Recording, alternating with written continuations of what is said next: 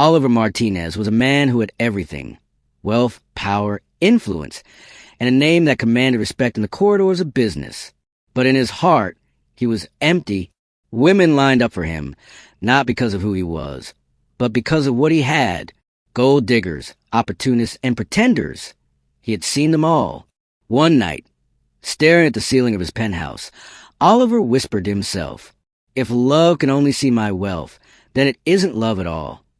The next day, he made a daring decision. He abandoned the skyscraper for a crumbling ghetto and rented a one-room apartment with a leaking roof. Gone were the silk suits. In their place, a faded carpenter's apron. He wanted to be invisible, to be despised if possible, to find out if love could truly exist without riches. Vera was a tall, flashy lady with eyes that sparkled with ambition. Oliver had been observing her at the roadside fruit stand where she worked. She had the kind of beauty that drew stares, but her heart, that was the real test. One evening, after buying oranges, Oliver stammered nervously, "Vero, I want to marry you."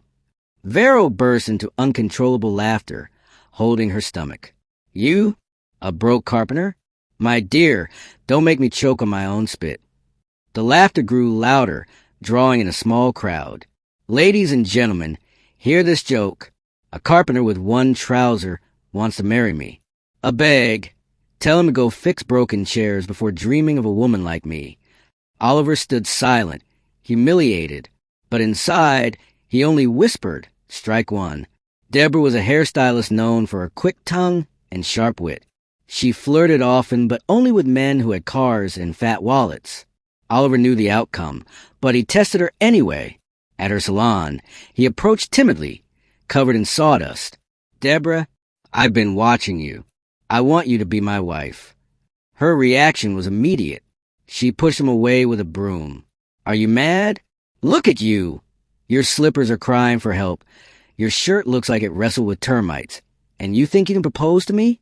Carry your poverty away before you bring bad luck to my shop." The women under her dryers laughed mockingly.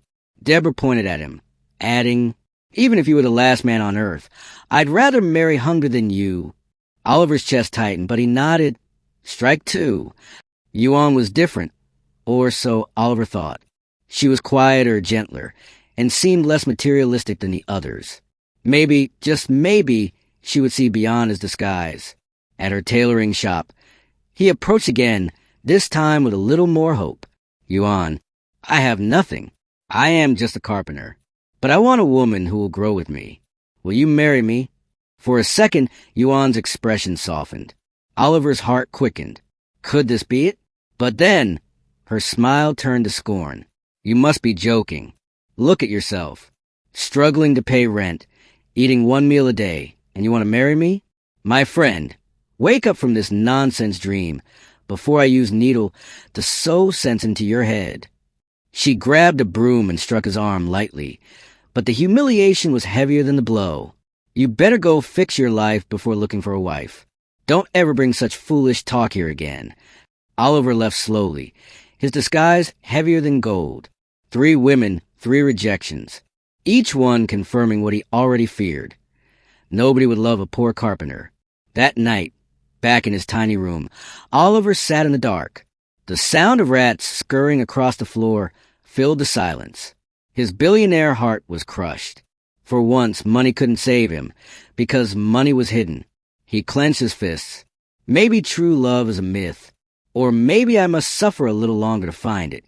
His phone vibrated. A single message lit up the screen. From Yuan. "By the way, meet my friend Queen tomorrow. Maybe she can help you find sense." Oliver raised a brow. Queen? Who was she? And why would Yuan, who just mocked him, want to introduce her friend? Little did he know that introduction would change everything. As Oliver drifted to sleep, the moonlight spilled to the holes in his roof. The laughter of Vero, the insults of Deborah, and the scorn of Yuan replayed in his mind. But hidden in the shadows was a name, a light about to enter his life. Queen. Would she mock him too, or see what others could not? The morning sun crept through the cracks of Oliver's leaking roof, casting thin rays on his face. He had barely slept. The mocking laughter of Vero, the broom strike of Deborah, and the piercing insults of Yuan still echoed in his mind. But Yuan's unexpected text about her friend, Queen, kept replaying in his thoughts. Why would Yuan, who had just called him worthless, want him to meet her friend? Was this another trap to ridicule him? Still, curiosity gnawed at him. And maybe, just maybe, fate was weaving something different this time. The first meeting. The following afternoon, Oliver walked into Yuan's small tailoring shop. His carpenter's apron hung loosely on his shoulders, and his slippers slapped against the dusty ground. Inside, Yuan was busy fitting a customer, but beside her stood a young woman with a calm presence. She was not like the flashy Vero or the loud Deborah. She had a quiet beauty, the kind that didn't scream for attention but commanded it anyway. Yuan smirked. Queen, meet the famous carpenter I told you about, the one who thinks he deserves a queen. Can you imagine? Queen raised her brows at Oliver, then turned sharply to Yuan. Why would you talk about your friend like that? Even if he's a carpenter, is that a crime? Yuan blinked in surprise. You don't get it. Queen, this guy actually proposed marriage to me yesterday. Look at him, struggling to breathe in poverty. What future can a man like that give a woman? But Queen didn't laugh. Instead, she extended her hand to Oliver. I'm Queen, and you are. For the first time in weeks, Oliver felt seen. Oliver, he said softly, an unexpected bond. Later that evening, Yuan tried to dissuade Queen. Listen to me. Don't waste your time. He's broke, useless, and a dreamer. I only introduce you so you can see the kind of people disturbing my peace. But Queen shook her head. No, Yuan, I see something else. He may not have money, but he has dignity. Didn't you notice? He didn't shout when you insulted him. He didn't beg. He just stood his ground. Yuan scoffed. Dignity? Dignity cannot pay rent. Suit yourself, but don't say I didn't warn you. The choice that shook everyone. Days later, Queen did the unthinkable. She visited Oliver's shabby one-room apartment. The sight broke her heart. The cracked walls, the sagging bed, the tiny kerosene stove. And yet, Oliver smiled as though he owned the world. Queen placed a small food flask on the wooden table. I cooked for you. Oliver froze. You cooked? For me? Yes. Is that so strange? She smiled warmly. You deserve kindness too, Oliver. As he opened the flask, the aroma of fried rice and chicken filled the room. Oliver's eyes watered. For years, women only served him meals to keep him close to his wealth. But this woman, who believed he was just a struggling carpenter, had cooked for him out of her own pocket. Why are you doing this, Queen? He whispered. Her answer was simple. Because I see worth in you, even if others don't. The day of scandal. It didn't take long before Yuan's worst fears exploded. One afternoon, passing by Oliver's carpenter shed, Yuan froze at the sight before her. Queen and Oliver sitting on a wooden bench, eating from the same plate of Gary and groundnut. She screamed, Queen, have you lost your mind? Eating from the same plate as this carpenter? The ghetto women gathered quickly, whispering and giggling. Now, Bank Madame Don reduced herself to Carpenter's girlfriend. But Queen didn't flinch. She calmly looked up at Yuan. Yes, I ate from the same plate. Do you know why? Because love isn't measured by the weight of a man's pocket, but by the strength of his heart. The crowd gasped. Yuan's face burned red. You're insane. You'll regret this madness. She stormed off, her friendship with Queen severed forever. A new home. 2 weeks later, Queen went further. She rented a modest one-bedroom apartment for Oliver in a more decent neighborhood. She helped to move his few belongings, a mattress, some carpenter tools, and a handful of clothes. Why are you doing all this? Oliver asked, his voice heavy with emotion. Because I believe in you, Queen replied, and because I can. She began visiting him regularly, bringing groceries, cooking meals, and even ironing his shirts. To the world, she was wasting her time. To Oliver, she was saving his heart. Whispers of sacrifice. Her colleagues at the bank noticed the changes. Queen stopped buying new dresses, stopped going for outings, and saved every coin to support Oliver. One of them sneered. How can a supervisor be feeding a carpenter? You better open your eyes before you die in poverty. But Queen always smiled. Better be poor in love than rich in loneliness. Meanwhile, Yuan spread rumors. Queen has lost her senses. She's feeding a jobless carpenter from her salary. Imagine the disgrace. Oliver heard all these whispers, but he remained silent. Inwardly, his heart ached with gratitude and guilt. For 6 months, Queen gave everything, while he hid the truth of who he was, the seed of suspicion. But as months passed, Queen began to notice things. Sometimes, Oliver used words too refined for a poor carpenter. Sometimes he gave instructions on the phone that sounded like business transactions. One evening, she asked him, "Oliver, who are you really?" He chuckled nervously. "Just a man trying to survive, Queen. Nothing more." But her eyes lingered on him, filled with questions she couldn't yet answer.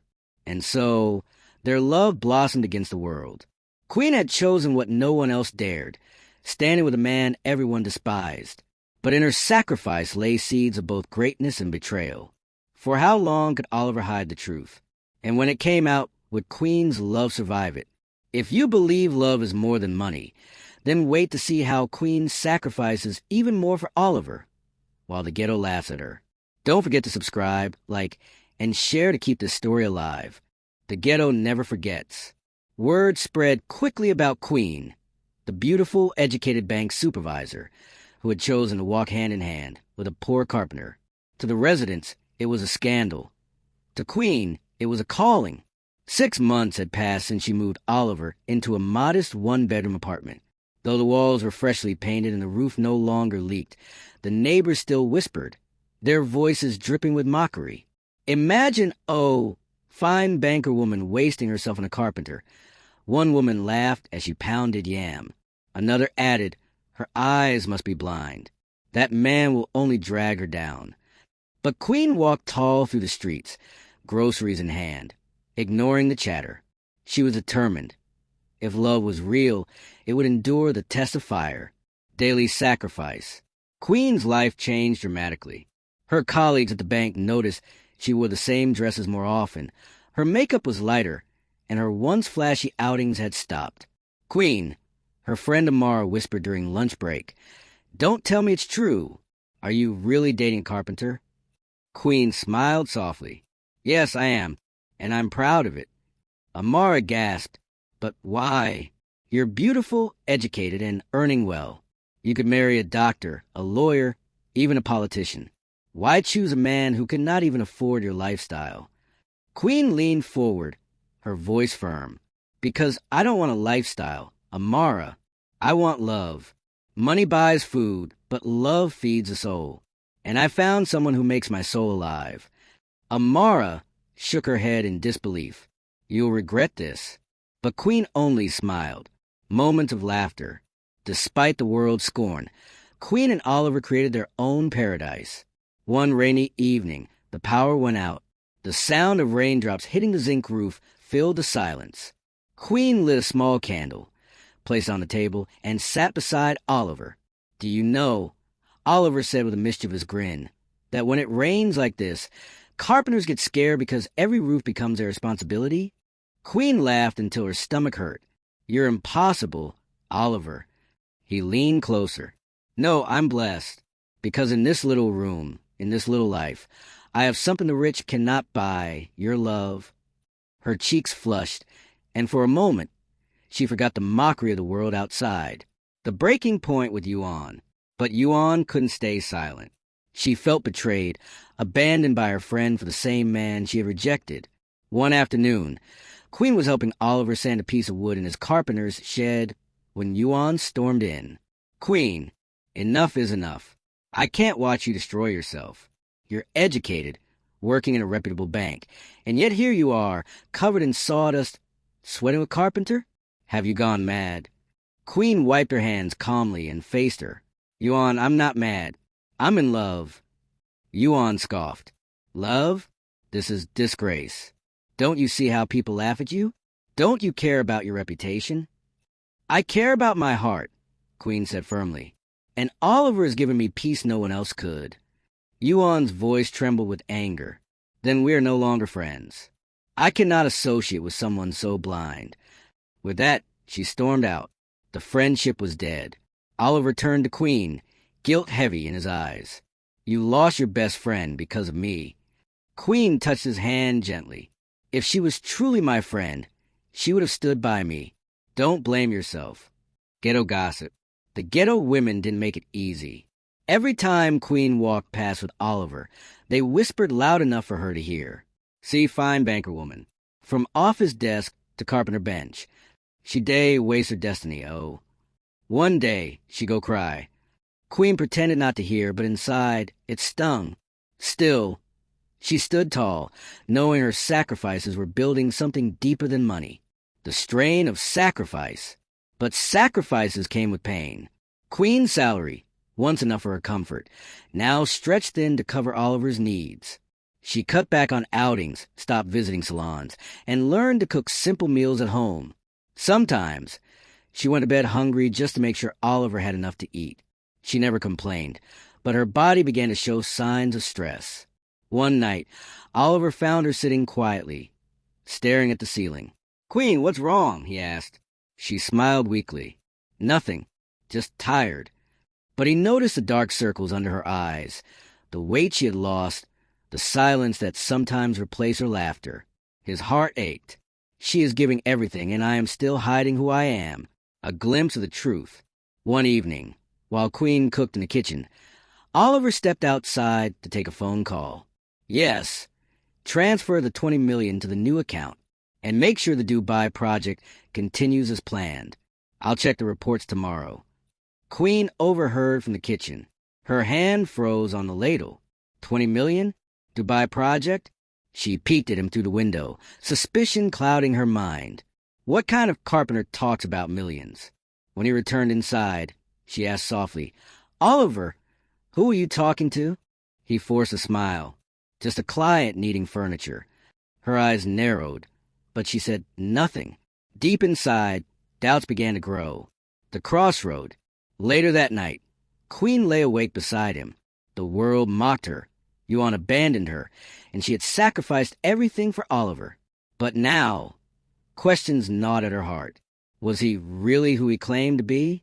Or was there something more he was hiding? She turned to look at him. Asleep? His face calm and innocent. She touched his cheek gently, whispering, "Please, Oliver, don't break me." The ghetto had already declared Queen a fool. Yuan had sworn she was blind. And now, even her heart was whispering doubts. But she had made her choice. For better or worse, she stood by Oliver. Yet fate was preparing a revelation that would shake her world to its core. Would her love survive the truth? 6 months of sacrifice had passed. 6 months of Queen giving everything, her salary, her strength, her reputation, all to stand with Oliver, the man everyone dismissed as a poor carpenter. But doubt had taken root in her heart.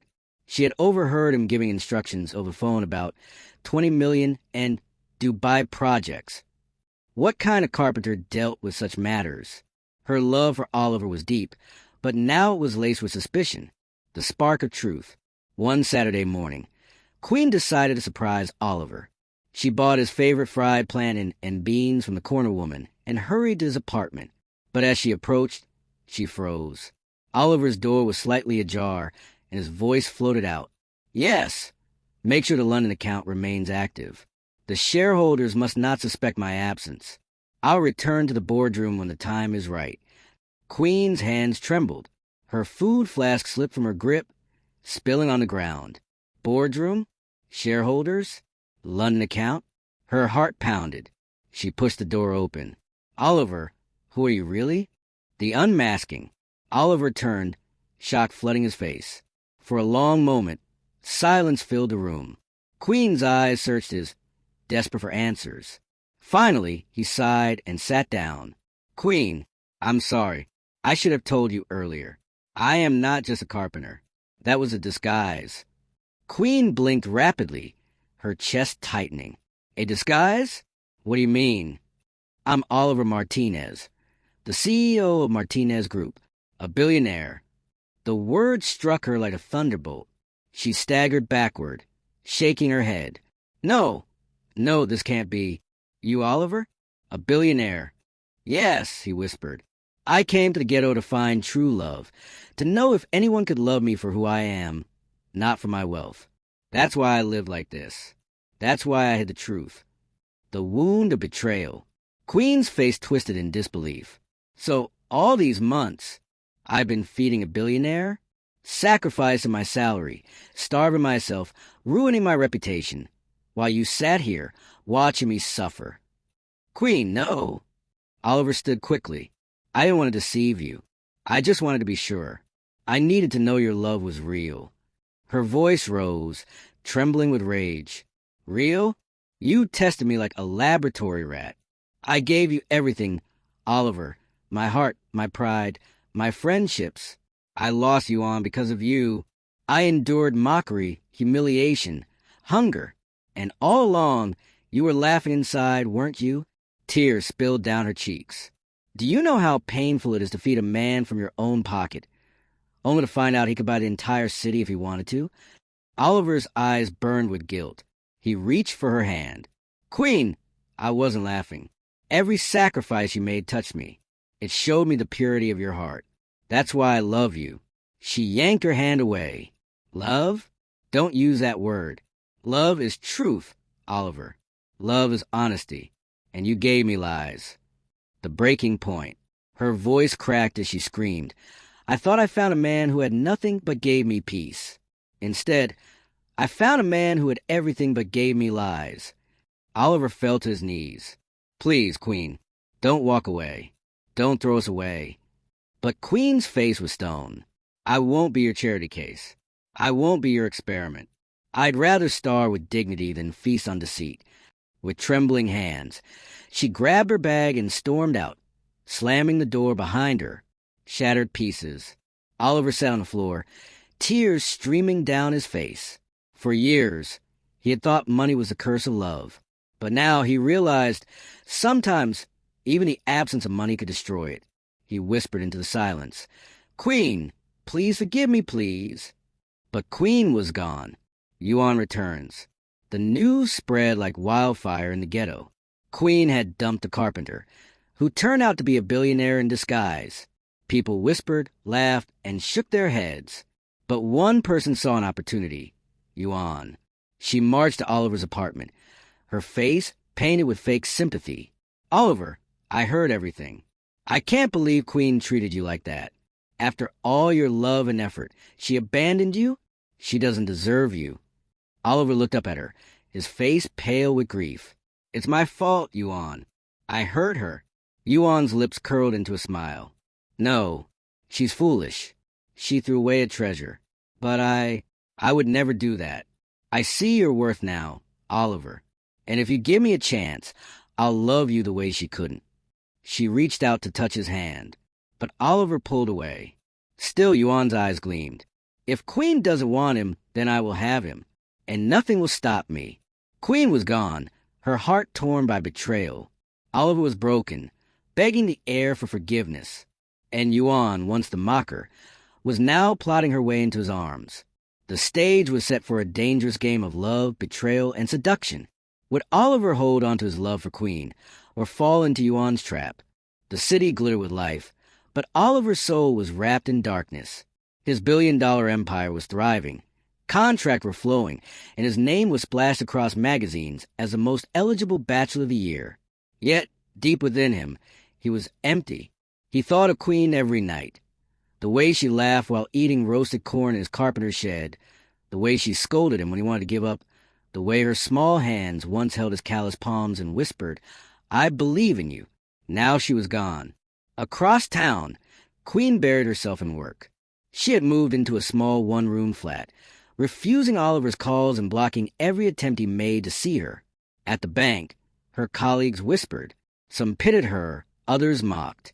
She fed a billionaire and didn't even know it. One sneered. She should have stayed. She'd be richer than all of us, another added. But Queen ignored them. She carried her pain like armor, convincing herself she had made the right choice. He deceived me, she whispered into her pillow each night. He tested my love like I was nothing. Yet her heart betrayed her. Every beat still longed for him. Meanwhile, Yuan's grip on Oliver tightened. She orchestrated dinner parties, inviting socialites and ensuring she was photographed by his side. Blogs ran headlines. Oliver and Yuan, the new power couple? But in private, Oliver was cold. He allowed her presence only because fighting her was exhausting. Each time she leaned closer, he whispered to himself, "She's not queen." One evening, Yuan staged her boldest move yet. She arrived at Oliver's mansion in a white dress, holding a ring box. Her eyes sparkled with ambition. "Oliver," she said breathlessly, "you've suffered enough. Let me heal you. Marry me. I'll never abandon you." Oliver froze. The room went silent except for the pounding of his heart. For a second, he saw a queen's face instead of Yuan's. His chest ached. Finally, he stood and said firmly, "Yuan, love is not bought with persistence. You can't replace Queen. Leave." Yuan's face twisted in rage, but she forced a smile. "If you think I'll let Queen come back and steal this life from me, you're mistaken. You'll see, Oliver, you'll see." The tension between them rippled through the city. Rumors spread. Some claimed Oliver was secretly engaged to Yuan. Others swore Queen had left the country. But deep down, Oliver still waited. One rainy night, he drove past the old carpenter's shed where his disguise had begun. He parked and stepped out. Standing in the downpour, memories of Queen flashed, her laughter, her sacrifices, her stubborn loyalty. He clenched his fists. "I don't care how long it takes," he whispered into the storm. "I'll win her back." But fate had other plans. The next morning, Queen was spotted walking out of a hospital. The media cameras clicked wildly.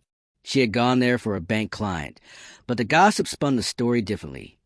Queen secretly ill? Is this why she left Oliver? Oliver saw the news and rushed to the hospital, desperate to see her. But by the time he arrived, she was gone. All that remained was a scarf she had dropped in the rain. He picked it up, pressing it to his chest. Back in her room, Queen broke down. She had seen the headlines about Yuan and Oliver, the rumors of their engagement. She clenched her fists and cried, "I gave him everything, and he gives his heart to Yuan? No, I won't let my heart be fooled again." Yet, beneath the anger, her heart whispered a different truth. You still love him.